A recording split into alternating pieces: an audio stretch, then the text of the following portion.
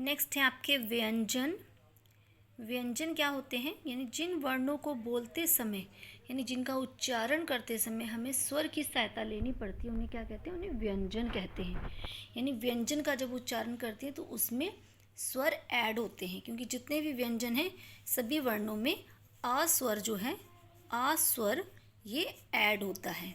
जैसे का जो है इसके नीचे हलंत है प्लस अ, इसमें अ जो है ऐड होता है, तो इसके मिलाकर ये पूरा क बनता है।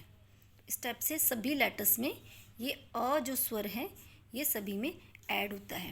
यानी तो इनके उच्चारण के समय यानी हमें इनकी स्वर की सहायता लेनी पड़ती है, तो ये स्वर के ऊपर पूरी तरह से डिपेंड होते हैं, तो इनको व्यंजन कहते हैं। और दूसरी इसकी डेफिनेशन है, तो व्यंजन जो है जैसे इनका उच्चारण करते समय हवा जो है वो कंठ में ही रुककर फिर बाहर आती है, यानी कंठ में ही रुक जाती है। जैसे कि हम बोलते हैं क, तो हवा जो है वो कंठ में ही रुक जाती है।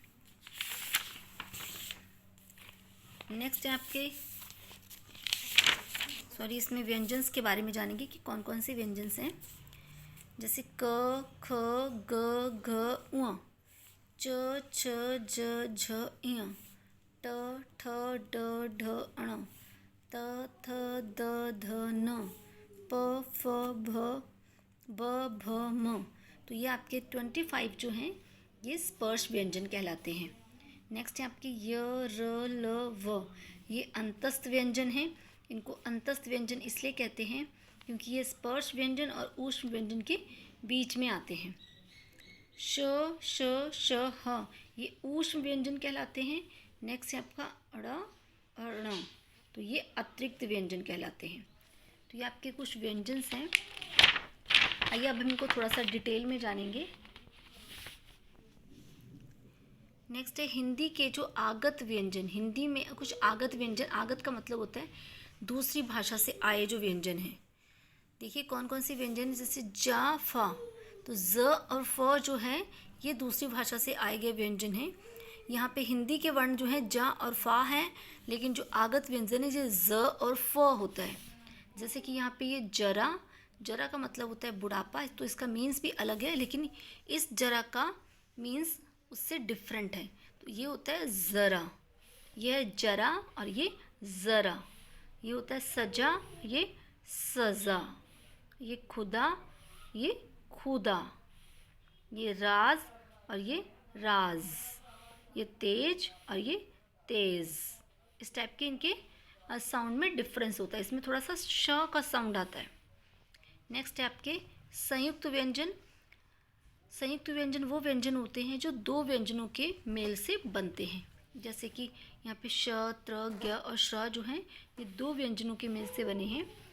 जैसे कि ये क और श, ये दो व्यंजनों के मेल से क्या बना है? श बना है। यहाँ पे ये दोनों व्यंजन हैं और आ तो यहाँ पे स्वर हो गया। और त्र जो है ये त और र से मिलके बना है, लेकिन इसमें अ भी ऐड होता है। आपको बताया था मैंने कि सभी व्यंजन के साथ में अ जो है वो ऐड होता है। ज और य इनसे मिलकर ज्ञ बनता है और श और र इनसे मिलके श्र बनता है।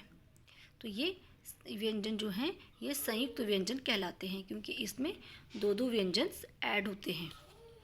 नेक्स्ट है आपका द्वित व्यंजन। कौन से होते हैं? द्वित व्यंजन जब दो समान व्यंजन, दो समान मतलब एक जैसे व्यंजन, एक तो स्वर रहित होता है और दूसरा स्वर सहित होता है।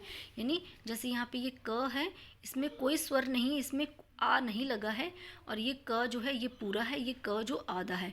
जब ये आधा है तो इसमें स्वर नहीं है, और ये पूरा है तो इसमें स्वर है। तो यानी कि एक स्वर सहित एक स्वर रहित व्यंजन होता है।